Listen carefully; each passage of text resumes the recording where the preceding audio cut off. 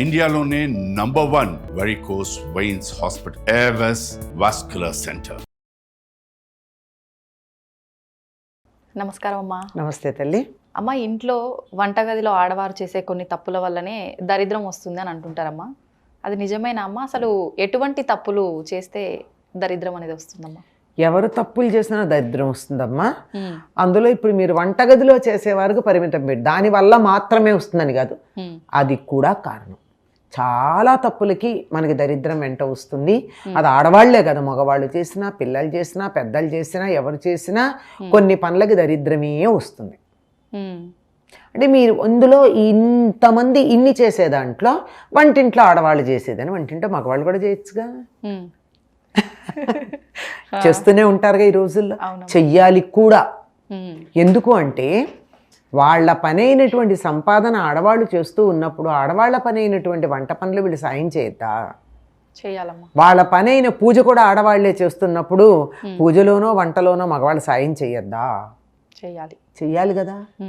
అలా చేసేటప్పుడు ఎవరు చేసినా కొన్ని పనులు సరిగ్గా చేయకపోతే దరిద్రం అంటారు. దరిద్రం అనేటటువంటి పదానికి డబ్బు లేకపోవడం అన్నది మాత్రమే మనం అర్థం చెప్పుకుంటున్నాం కాదమ్మా.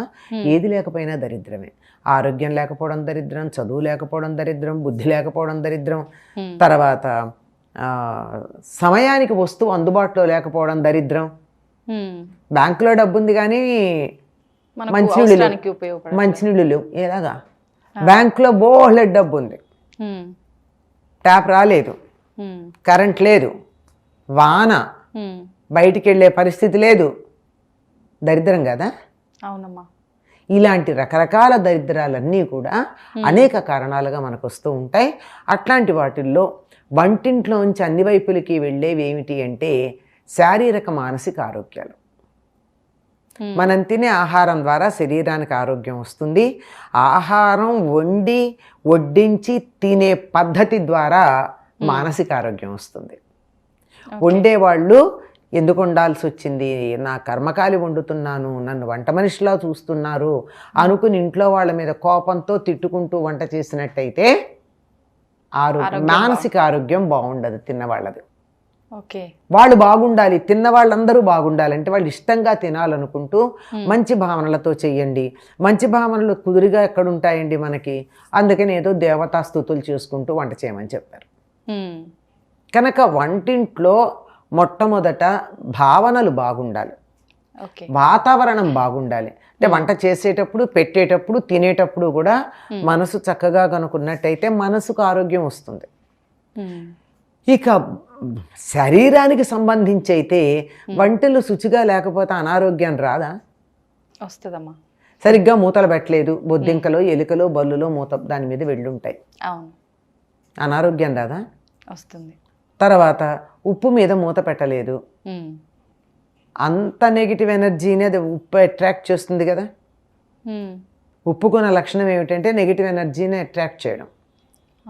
అందువల్లే ఈ చైనా సంప్రదాయం వాళ్ళు, చైనా కాదు జపాను, చైనా కూడాను, వాళ్ళు చేసే పని ఏమిటంటే రాళ్ల ఉప్పు అక్కడక్కడ పెడతారు ఇంటికి నలుగురు వచ్చేటప్పుడు. ఆ వచ్చేవాళ్ళు ఎవరైనా నెగిటివ్ ఫీలింగ్స్తో కనుక వచ్చినట్టయితే ఆ ఉప్పు దాన్ని గ్రహించేస్తుంది. అందరూ వచ్చి వెళ్ళిన తర్వాత ఆ ఉప్పు తీసుకెళ్ళి ఫ్లష్ చేస్తారు. ఎక్కడ మీరు మొక్కల్లో వేస్తే మొక్కలు చచ్చూరుకుంటాయి ఆ నెగిటివ్ ఎనర్జీకి. అందువల్ల ఫ్లష్ చేసేస్తారు మళ్ళీ బయటికి రాకుండా. మరి అందుకని ఉప్పు మీద మూత సరిగ్గా లేదనుకోండి నెగిటివ్ ఎనర్జీ ఇచ్చేస్తుంది. అలాగే ఉల్లిపాయ కట్ చేసి అక్కడ పెడతారు. ఉల్లిపాయ కట్ చేసి పెడితే కొంచెం సేపట్లో పరిసరాల్లో ఉన్నటువంటి అన్ని రకాలైన బ్యాక్టీరియాని, వైరస్ని అట్రాక్ట్ చేస్తుంది. కట్ చేసినటువంటి ఉల్లిపాయని ఎప్పుడూ అక్కడ ఉంచకూడదు. ఒకవేళ గనక ఉంచినట్టయితే వెంటనే అని కదా, ఎప్పుడైనా సరే దాన్ని పారేయండి, కానీ పొరపాటును కూడా తినకండి. అంటే చాలా ప్రధానంగా కనపడే క్లెన్లీనెస్కి సంబంధించినటువంటి విషయాలు. అందుకే ఈ డెంగ్యూ దోమలు అవి వచ్చే సందర్భంలో గనక ఉన్నట్టయితే వాళ్ళు ఏం చెప్తారంటే నిమ్మకాయలో ఏదో ఇది గుచ్చి లవంగం గుచ్చి పెట్టుకోమని చెప్తారు. అది ఎంతవరకు నిజమో తెలియదు, కానీ కొన్ని వైరస్లు రాకుండా ఉండాలి అంటే ఉల్లిపాయ కట్ చేసి అక్కడ పెట్టమంటారు. రావు. ఎందుకంటే మొత్తం అంతా ఉల్లిపాయ లాగేసుకుంటుంది. దాన్ని మనం తిన్నామనుకో మన లోపలికి వెడుతుంది కదా. చేస్తే అవునమ్మా. అంచేత ఇట్లాంటి పనులు ఏవైతే ఉన్నాయో చెయ్యకూడదు అనుకుని పెద్దలు చాలా చెప్పారు. వాటికి శాస్త్రీయంగా ఈ మధ్య కాలంలో వాటిని పరిశోధన చేసి దీనివల్ల ఇది ఉందని చెప్తున్నారు. మధ్యకాలంలో తెలీదు. పెద్దలు చెప్పారు, మొండిగా చెప్పారు, వాళ్ళు ఏదో మూర్ఖంగా చెప్పారు, చాదస్తంగా చెప్పారు, మనం దాన్ని ఫాలో అవ్వక్కర్లేదు అనుకునే వాళ్ళు కనపడుతున్నారు. కానీ దాని వెనకాల ఏదో ఒక రకమైనటువంటి శాస్త్రం ఉంటుందేమో ఆలోచిద్దామని కూడా లేకుండా ఉంది. అటువంటి పనులు చేయకూడదు. మొట్టమొదట బాగా గుర్తుంచుకోవాల్సింది వంటిల్లు. పొయ్యి అంటే ఈ రోజుల్లో స్టవ్ అయింది. స్టవ్ వంటిల్లు అంటే సరిపోవటాలే. మధ్య గట్టు ఒకటి ఉంటుంది, అంటే కూర్చుని వంట చేయట్లేదు కదా మనం, అంచేత గట్టు ఒకటి ఉంటుంది. ఇవన్నీ శుచిగా కనుక పెట్టుకున్నట్టయితే అనేక రకాలైనటువంటి అనారోగ్యాల నుంచి దూరంగా ఉండొచ్చు. చాలా అనారోగ్యాలన్నీ మనకు వంటింటోంచే బయలుదేరి వస్తాయి. చేతులు సరిగ్గా కడుక్కోక, కూరగాయలు సరిగ్గా కడగక, వండేటప్పుడు శ్రద్ధ లేకుండా, పురుగులు ఈగలు వాలినటువంటి వాటిని వండుకుంటూ, చెప్పాను కదా ఉల్లిపాయలు లాంటివి కట్ చేసి ఉంచి వాటిని మళ్ళీ వాడుతూ, ఇలాంటివన్నీ చేయడం వల్ల అనేక రకాలైనటువంటి సమస్యలు వస్తాయి.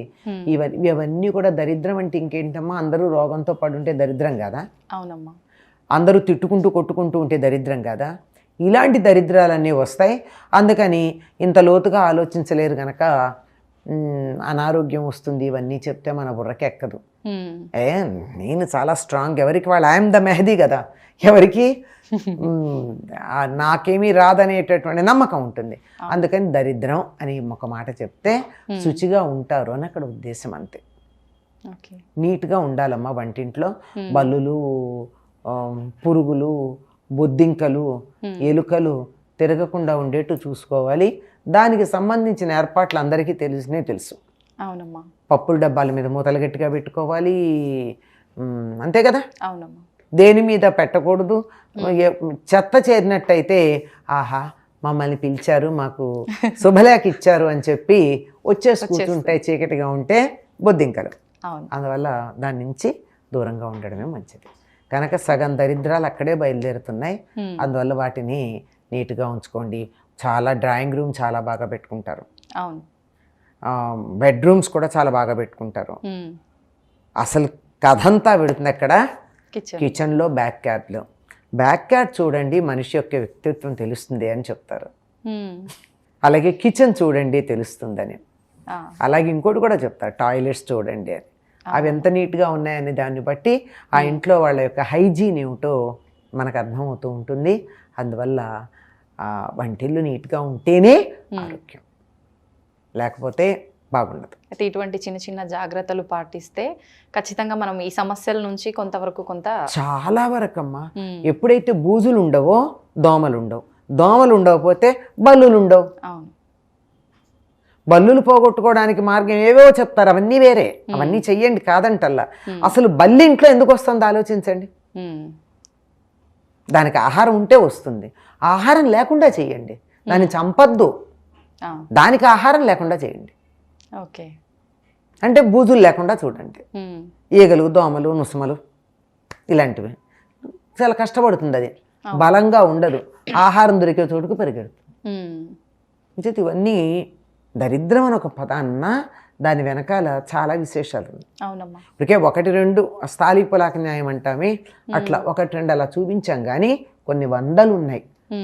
వంటింట్లో ఎలా ఉంటే మనం అంతా బాగుంటాము అన్నది చెప్పాలంటే. చాలా బాగా చెప్పారమ్మా. ధన్యవాదాలు. నమస్తే అమ్మా.